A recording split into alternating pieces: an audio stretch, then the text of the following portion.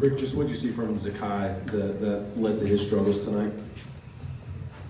Well, you know what, I thought he got out of rhythm in terms of what he normally gives us. And he started pressing and kind of losing his overall discipline in terms of what we need him to do on both offense and defense. I mean, one time on the defensive end, he went off and went for a steal where nobody knew what was going on, and they ended up getting the 3 out of it. But it wasn't Zakai. It wasn't Zakai. I mean, you can't miss 10-point blank layups and do what we did on the free throw line and expect to win. I mean, Lamont's done a great job, and I don't want to take anything away from the fact that they came in and they've done what they've done all year. They've been steady and execute and did what they needed to do to win games, and we didn't. We didn't deserve to win this game. I mean, we scored.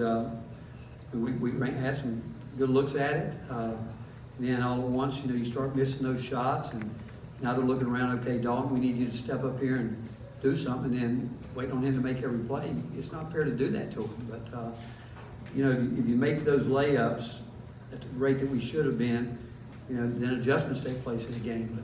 But we didn't. And 2 games in a row, we've done a really poor job on the free throw line. But and early in the game, every one of our key guys that we counted on, our #1 emphasis was rebounding. Every one of those guys gave up 1 offensive rebound. And give South Carolina, again, credit. We told them that they're a really good rebounding team, and they went and got it done. And then we started switching in the first half on sets that we've never done it. I mean, I looked at the coach and said, what are we doing? We talked about it, and they didn't throw anything at us that the coaches hadn't talked about in the scouting. We just lost our discipline all the way around, really pretty much on both ends of the court. Go Mike, Reese, Ryan. Rick, you kind of touched on it there, but how confusing was that to see everyone kind of just defer to Dalton, and when he's not making shots in the second half, it seemed like no one really knew what to do at that point? Well, I think we know what to do, is give him the ball. Know that he's proven he can go. I mean, look at his numbers. I mean, he's still, you say he wasn't making shots, he shot almost 50%. I mean, volume shoot, I mean, and he's not a volume shooter. But we need, you look at down the line, I mean, it's still, I mean, I can talk about guys miss shots, but you can't miss layups. I'm just telling you, you can't.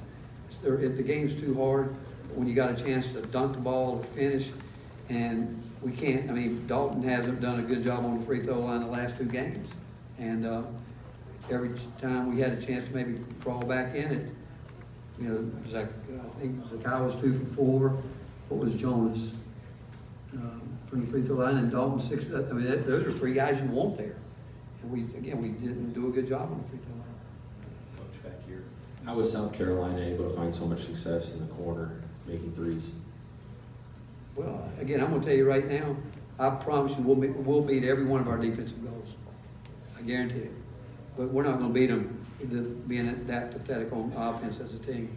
They're going to make some shots. I mean, they've lost 3 games, and because we were over helping a little bit.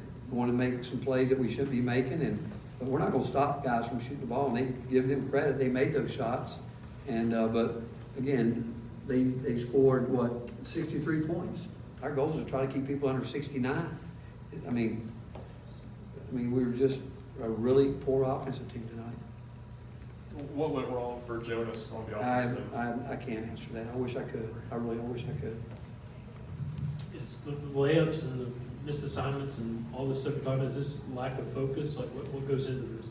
You know what? That's what I told our guys. I didn't particularly like our focus overall at Vandy in terms of the way we came out after that week off. And again, I don't think we're not playing hard, but I do think it's focus to details, discipline, and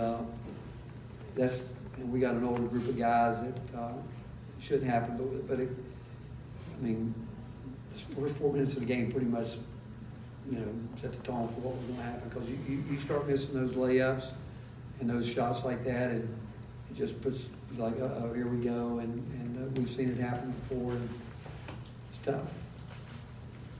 Coach, here in the back, the way that you played in the second half against Vanderbilt, do you find that the team maybe found some false confidence that no matter what we do that's probably a pretty good comment, you know, maybe thinking that we're something that we can pick and choose when we play, and that got ended tonight, though. If there is, and again, I don't know how to answer that.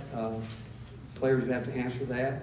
But if that was the case, it got answered tonight, that we better understand that we're not good enough to think that we can't show up and play every possession.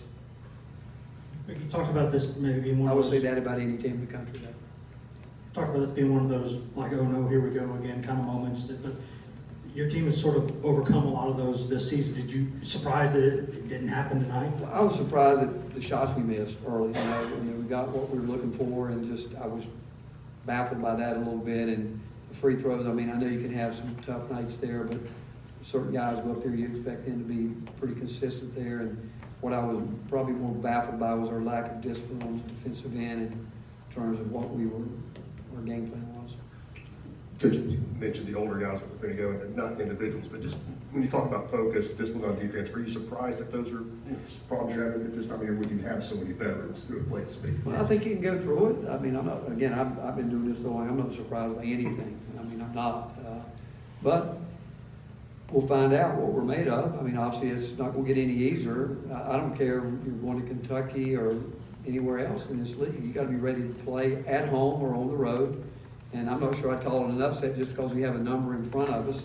You look at their record; they had a better record than us coming in overall, and because we're supposedly the number 5 team in the country, we certainly didn't play like it. I can tell you that because you don't make some of the mistakes that we made tonight with our execution. Anything else for Coach? Or last one from Reese. You switched into a small ball lineup there late. What was the decision behind that, and what did you think they did? Well, we think Jemiah can guard anybody, and again, they scored some buckets out of it, but we thought that he could go do that, and honestly, Jonas was struggling, and our post guys were struggling. I mean, point blank, they were struggling, and so we've used that lineup, and I don't want to sit around and hope somebody's going to play well. You know, you play, you look at minutes and you see guys that have played 30 minutes on down, and they're not giving it to you. You just, how long do you wait? You know, does he have it or not? And we got enough guys on this team that have earned the right to have a shot at it and see if they can do something. Thank you, Coach. All right, thank you guys.